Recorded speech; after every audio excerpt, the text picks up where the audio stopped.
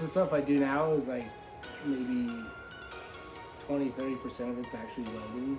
The majority of it is actually thinking through the job, how you're going to put it together, how it's going to go together. The welding out, honestly, just is the easiest part. That goes the quickest. But I can picture how things are going to go together backwards. One day I had to take a flatbed and cut it down and take 18 inches out of it to add a gooseneck ball. And I had to sit there and think about how is this going to work? Like, where should I cut it? Why should I cut it there? If it's going to screw me if I cut it here.